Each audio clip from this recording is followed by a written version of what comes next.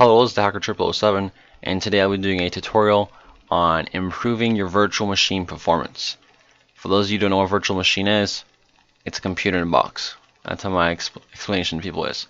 I'll be using today's program. Will be a VMware player. You guys can see I have a couple different machines. They all run very fast, except for this one right here actually. But I'll be improving that one performance today. You guys can see I have Windows 8. I have Mac OS X 10.8 Mountain Lion. If you want either of those two, I'll have a link in the description below to both of them, and you guys can check them out. Basically though, this tutorial will be explaining some ways that I tend to improve my performance on a virtual machine, take away some of the lag, and just sharpen the edges with our virtual machine performance. So before we get started, you'd like to know how much RAM you have. If you don't know how to check that, just go to your startup, right-click computer,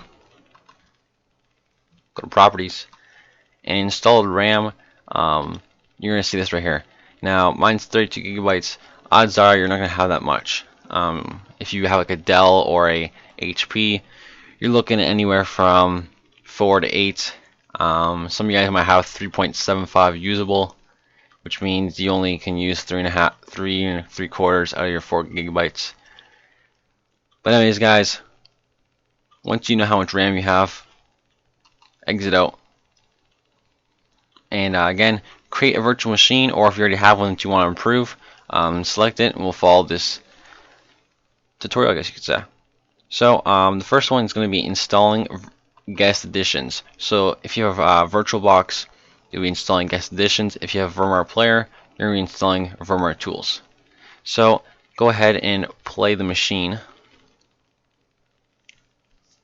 This is the one I'm doing it on today is a very crappy Windows 7 basic computer with a 10 gigabyte hard drive.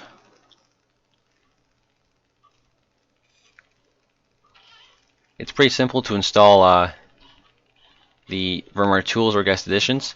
All you have to do is once you get logged into your desktop, go to virtual machine. You'll have the option right there. So just type in the password. So I've already installed it, but I will reinstall for your sake. So go to virtual machine and go to install VMware Tools or install guest editions, depending on what system you have. Okay, so you're gonna get this right here. Go to run. Yes. And it will give you this option right here. Next. I'll do. Yeah. Okay. Let's go next. And okay, I'll just modify repair. Okay, so it's just gonna go through and it's gonna install it, and then once we're done installing, it's gonna ask us to restart. Okay, so I'm just gonna cancel it. So it's gonna ask us to restart. So now you can go ahead and power off this machine.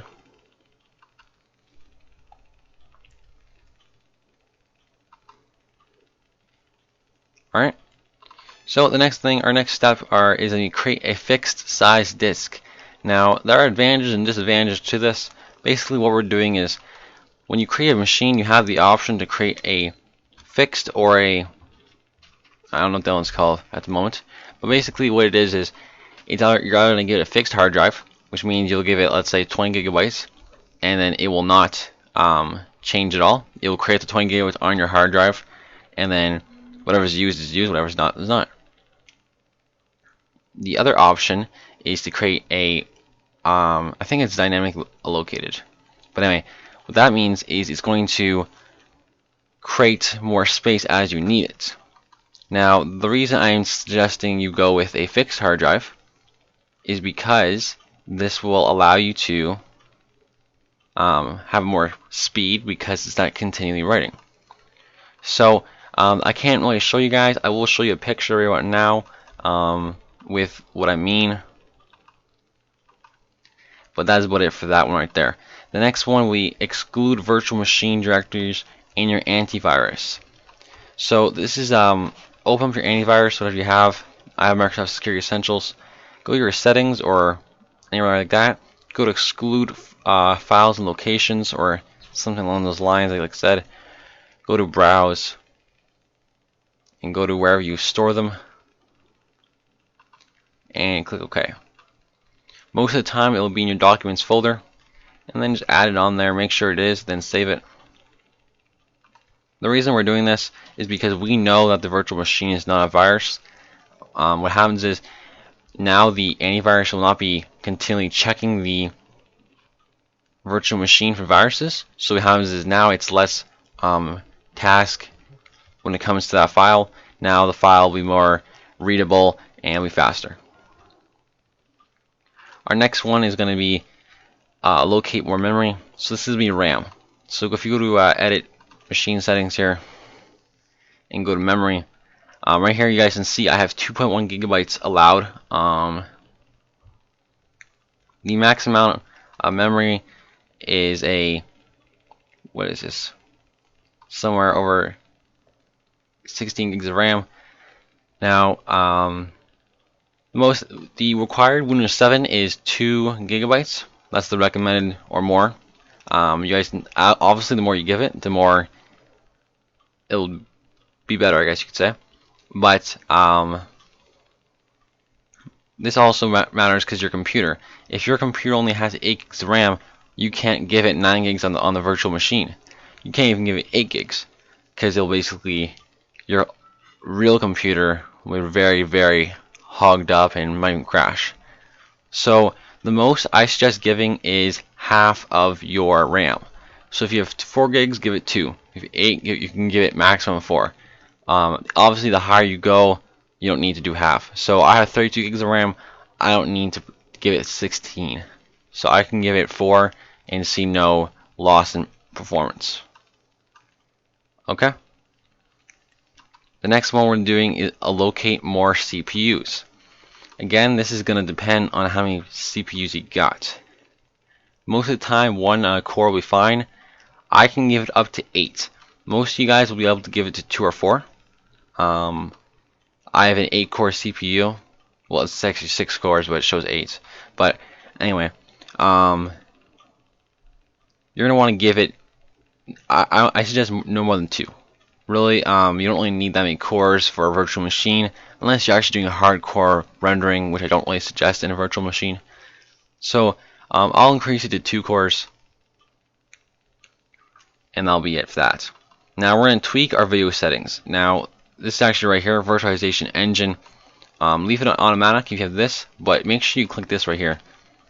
This is going to, depending on it will automatically enable it if you have the AMD or the Intel. It's just going to help with the virtual machine and the virtual powers that come in your hard drive, or in your CPU, sorry. So, the next suggestion is that I've already done is actually putting the virtual machines on a separate hard drive. So you guys can see that I have a 223 gigabyte hard drive and a 2 terabyte hard drive. Okay, so but if I open my 2 terabyte hard drive, you guys can see that virtual machine folder here, and I have my virtual machines installed there. Where in my program files, I have VMware Player installed here too. Basically, the reason you want to do that is because if your Windows is installed on your C drive, by putting your virtual machines on your D drive, the virtual machine doesn't have to compete with your Windows operating system for read-write times. Okay, so now because your normal Windows 7 is running already, it's already taking up read-write from this. Putting on this drive gives it unlimited or more space to read and write, which actually increases performance. Now, don't put the virtual machine on an external hard drive. So anything that you buy, like a black box that you put next to your computer, plug it in and gives you more memory, don't put it on those.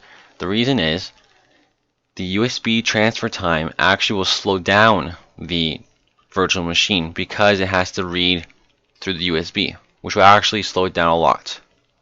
So it is better if you only have one hard drive on your computer. This tip is useless, but especially for the new computers nowadays, if you have a second hard drive that's not Windows installed on it, drop it on that one, you'll see a performance increase.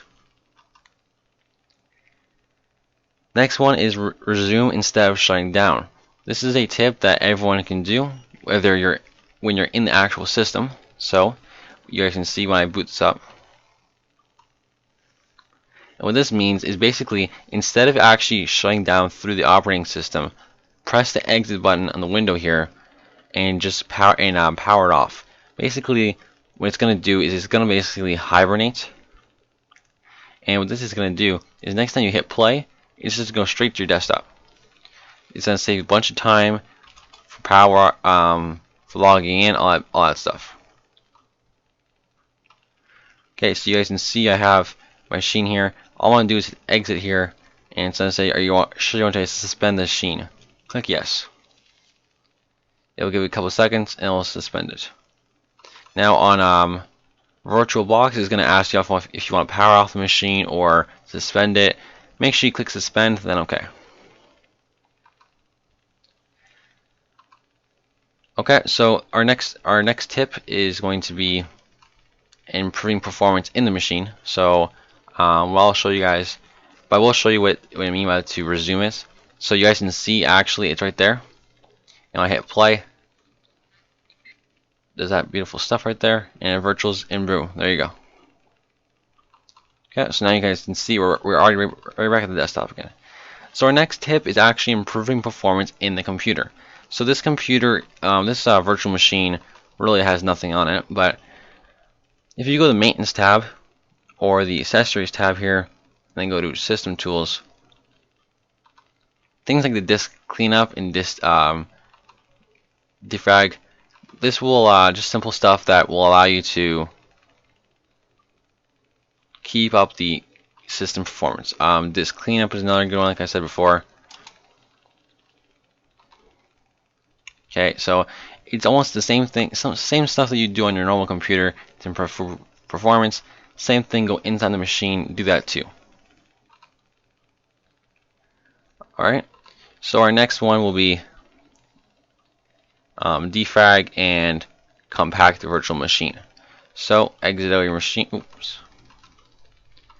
exit out of the machine, and VMware Player has a very cool option where you can actually defrag its hard drive right from outside of the machine. So that's what we're doing. So give it a couple seconds here. Sorry guys. So go to edit again.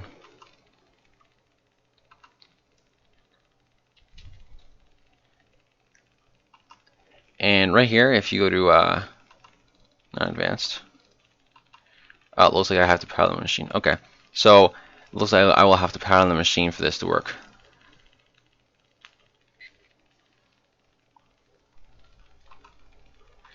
So basically, what a defragment is basically a cleaning. It kind of like glues the pieces back together again. That's how I kind of explain it to people.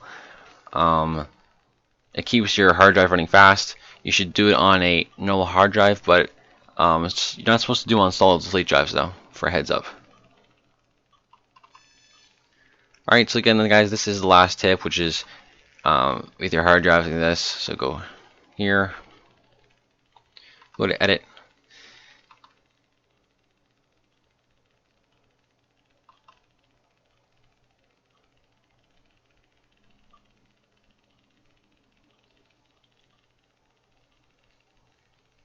utilities, and you can defrag right there. So it's going to go through and it's just going to defrag the hard drive. Now depending how big it is, it might take longer than others, and how fast your computer is. That's also going to depend. I'm doing this on a 10 GB hard drive, so it's going to take like 30 seconds to a minute. If you do it on a 20 GB hard drive, it may take a couple minutes. And that's about it guys. So that's about it for this video. Again, if you do enjoy this video, if it did help you out, feel free to drop a like. And that's about it for this video. So have a great day guys, and I will see you on my next video. This is Hacker 007, and I'm signing off.